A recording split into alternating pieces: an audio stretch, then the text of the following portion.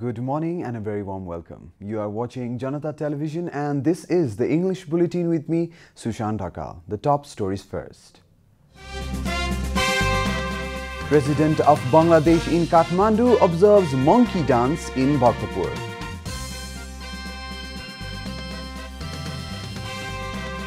Dr. Kesey postpones hunger strike, expresses concerns regarding border dispute.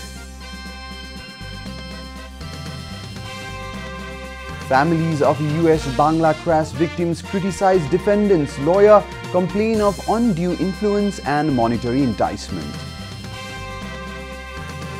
16 dead as trains collide in Bangladesh. The South Asian nation relies on a century-old track.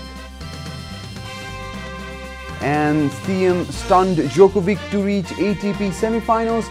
Federer and Djokovic to fight for a place in the knockout stage.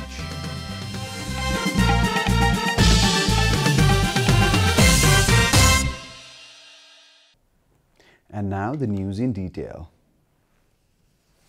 President of Bangladesh, Mohammad Abdul Hamid, arrived in Kathmandu yesterday for a 4-day goodwill visit. President Hamid arrived in Kathmandu at the invitation of his Nepali counterpart, President Bidya Devi Bhandari. President Bhandari received President Hamid at Tribhuvan International Airport yesterday. Similarly, Chairman of the National Assembly Ganesh Prasad Timalsina, Deputy Prime Minister and Defence Minister Ishwar Prasad Pokhrel, Minister for Foreign Affairs Pradeep Gyawali also welcomed President Hamid at the airport. A contingent of the Nepalese army presented a guard of honour to the Bangladeshi President on his arrival.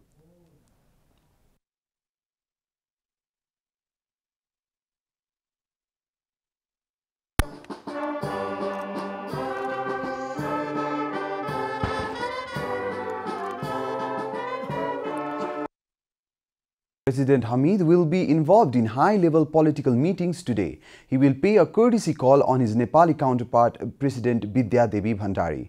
During his goodwill visit, President Hamid is scheduled to meet Vice President Nanda Bahadur Pun, Prime Minister KP Sharma Oli, Chairman of the National Assembly Ganesh Prasad Timalsina and Minister for Foreign Affairs Pradeep Gyawali separately. Meanwhile, the President of Bangladesh, along with his team of 50-member delegation, visited the historically important Bhaktapur Darbar Square yesterday. He also observed the famous Makapua, also known as the monkey dance in Bhaktapur. Nepali Congress President Sher Bahadur Deuba has accused the government of turning a blind eye to resolve the Nepal-India border disputes. Speaking at a training program organized in Hetauda by the main opposition party's Central Policy Investigation and Training Institute, President Deuba stressed on the need to settle Nepal-India border disputes amicably. Kalapani belongs to Nepal while Lipulek is a trilateral junction between Nepal, India and China, said Deuba. Speaking at the same program, senior leader of Nepal Communist Party, Ramchandra Paudel, suggested the government to settle the dispute with the help of facts and evidences rather than by protesting in the streets. Paudel clarified that Nepali Congress has already committed to provide all necessary help to Prime Minister KP Sharma Oli to solve the border dispute. The party's Vice President Bimalendra Nidhi, General Secretary Shashank Koirala, Central Committee members Ram Saran Mahat and Mahalakshmi Upadhyay were also present at the program. Chairman of the ruling Nepal Communist Party Puspa Kamal Dahal has requested experts of environmental sector to help protect the environment. Chairman Dahal appealed the experts of nature conservation to develop a strategy to tackle all the environmental threats approaching in the future. Chairman Dahal also stressed on applying the principle of sustainable development and taking economic development and environment hand in hand. Inaugurating the 9th World Rangers Summit at Saura Chitwan yesterday, Chairman Dahal requested everyone to prevent deforestation.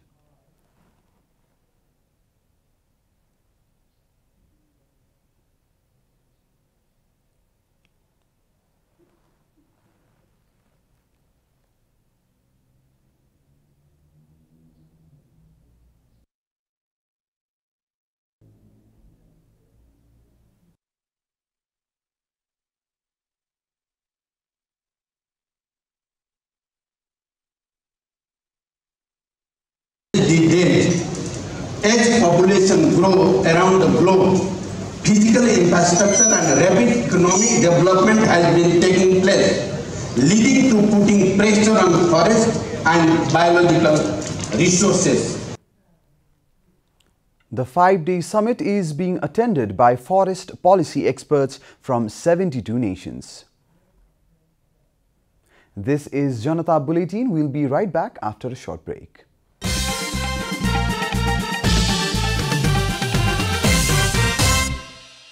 Welcome back after the break, and we continue with other national news. Dr. Govind Kesi has postponed his hunger strike to express his solidarity with the efforts of the government to resolve the border dispute with India. Dr. Govind Kesi, who was on his 17th hunger strike in Doreldura of Sudur Paschim province, decided to discontinue his hunger strike yesterday. Dr. Kesi informed about the discontinuity of his hunger strike, citing border encroachment issues. According to Dr. Kesi, the border dispute deserves national priority. Dr. Kesi halted his hunger strike, writing a letter to Indian Prime Minister Narendra Modi. Dr. Kesi, who began his 17th hunger strike on November 4th, has been admitted to the district hospital due to health complications. He discontinued his strike a day after Minister for Education Giriraj Mani Pokhriyal requested him to put an end to his strike considering the sensitivity of the Kalapani border issue. Dr. Kesi has, however, refused to come back to Kathmandu until his demands are fulfilled. The nomination of candidates for the local level by-elections will be held from 10 a.m. to 1 p.m. today. The Election Commission has already set up offices in the election constituencies for the upcoming by-elections slated for November 30. The time for registering the nominations has been set from 10 a.m. to 1 p.m. 1 seat of local level chief, 3 seats of chairman and 1 seat of deputy chairman of a rural municipality, and 48 ward chairs are lying vacant in the local units. The nominations for the Provincial Assembly and the lower house has already been made on November 7th. The families of the US Bangla crash victims have accused the representative of the airline company of threatening them to withdraw their case. Senior advocate Devendra Pradhan, who represents the company, has allegedly given undue pressure to the 7 families in the sub judice case, which is against national and international laws. A report. Family members of the 7 MBBS students who lost their lives in the US Bangla crash in Kathmandu's Tribhuvan International Airport on March 12, 2018 have complained that the threats made by the lawyer of the airline company has made their lives more miserable. Organizing a press conference in the capital yesterday, they accused Pradhan of misusing his power and influence to create an undue pressure in case which is sub judice at the Kathmandu District Court. The victims' family said that Pradhan also lured them against their will to take as much compensation as they wished to settle the case outside the court before it becomes too late.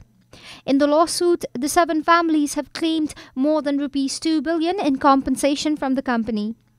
Pradhan has allegedly written letters to the families stating that the case will be dismissed within a certain days. The victims' families have alleged Pradhan of breaching national and international laws in an attempt to influence the sub judice case with his undue influence and monetary indictment. They have demanded the Commission for the Investigation of Abuse and Authority to investigate into the matter.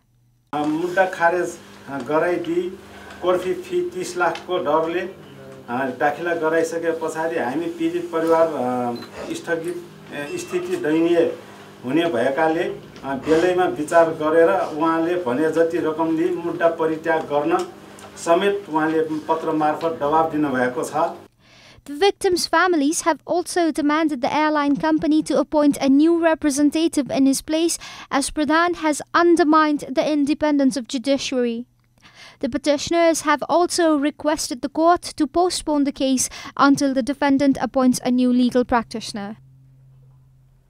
And now the news from the economic front.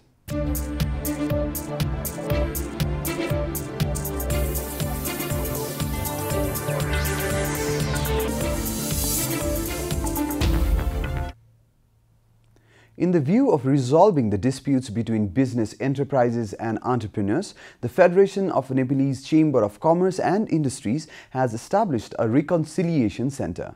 The center will help resolve disputes and crises among business enterprises quickly and smoothly to help maintain a cordial relationship in the long run. A report.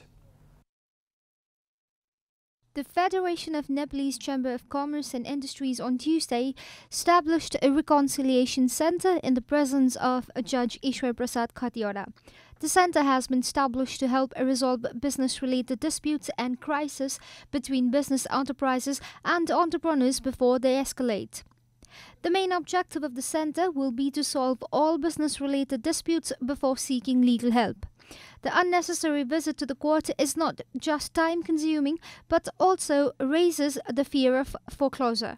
The Reconciliation Center will help avoid cases lasting for years, according to the FNCCI. अनावश्यक रूपमा चाहिँ अदालतमा पुर्याउने पनि गरिन्छ र विवादलाई इज्जत र प्रतिष्ठाको विषय बनाउने प्रकृतिले विवाद लम्बिन जाने र खर्चिलो मात्र नभइकन व्यवसाय नै सिद्धिने र सम्बन्धको एउटा कटुताको परिणाम भई व्यावसायिक वातावरण बिग्रिन गएको पनि हामी देखेका पनि छौं सुनेका पनि छौं र मुद्दाबाट हुने हारजित व्यवसायको लागि निकै पीडादायी हुन सक्छ विवादलाई छिटो रूपमा चाहिँ हामीले त्यसलाई सुल्झाउनु पर्छ भन्ने कुरामा हामी अगाडि बढेका छौं. The FNCCI has confirmed that it will expand the reach of the Reconciliation Center nationwide to solve any business dispute.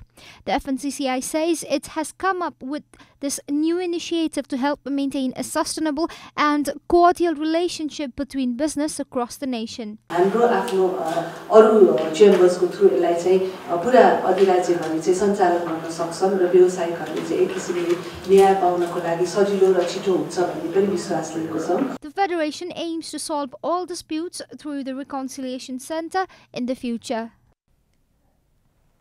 Time for a short break here at Janata Bulletin. Stay tuned for international news.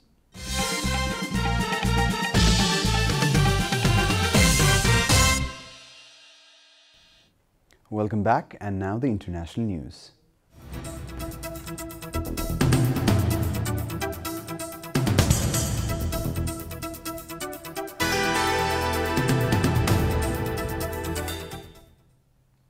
Two packed trains collided in Bangladesh yesterday, killing at least 16 people and injuring nearly 60 others, police said.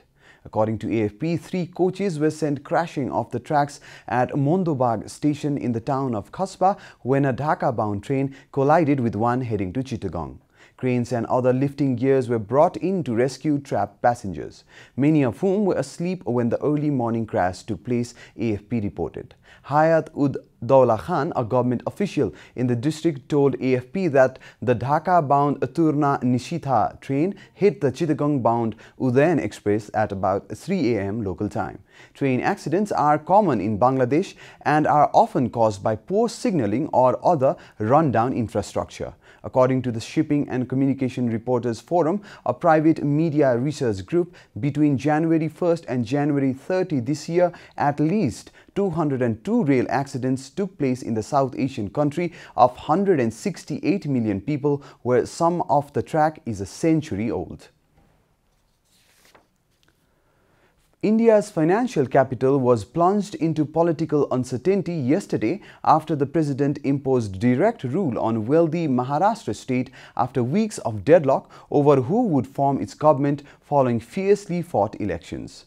AFP reported that India has been battling an economic slowdown and the political stalemate is a setback for Mumbai, which is the home to business tycoons, the stock market and the glitzy Bollywood film industry.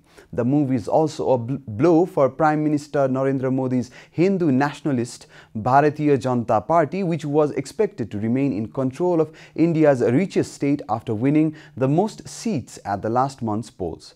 The state was ruled by the BJP and its right-wing regional ally Shiv Sena ahead of the elections. But the two parties failed to agree on a power-sharing deal after the election results showed the coalition had won a comfortable majority for a second consecutive term. Shiv Sena quit the coalition Monday, hoping to convince ideological rivals, the centre-left Indian National Congress and the Nationalist Congress Party, to form a government instead. You are watching Janata Bulletin, and now the latest from the world of sports.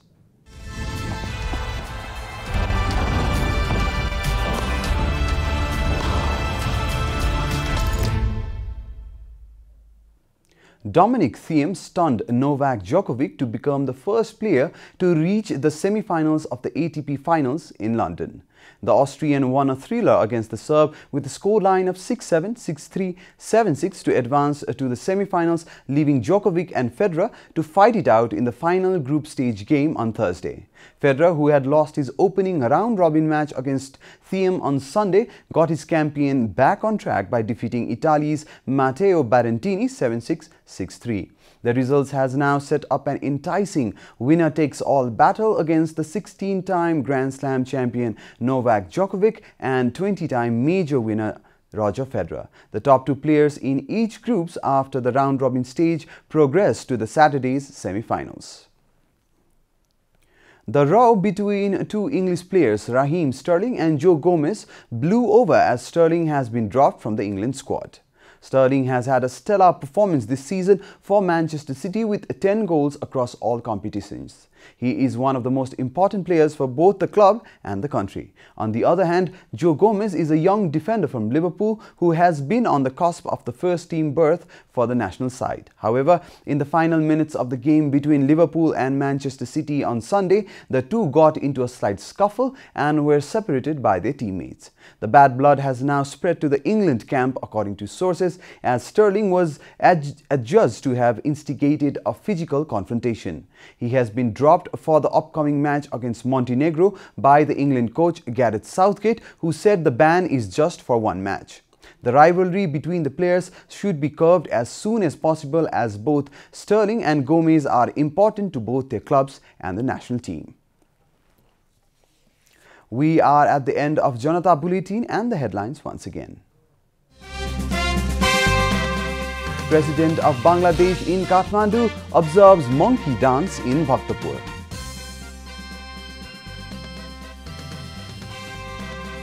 Dr. KC postpones hunger strike, expresses concerns regarding border dispute.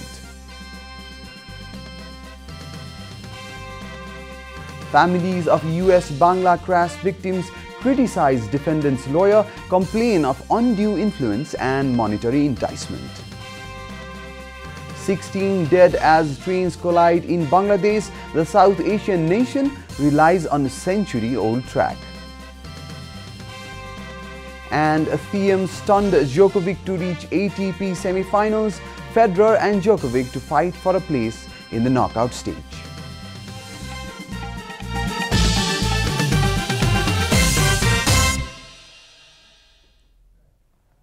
And that's all from the English news text for today. You can follow Janata Television on our various social media platforms, including on our website janatasamachar.com. Keep watching Janata Television. Namaste.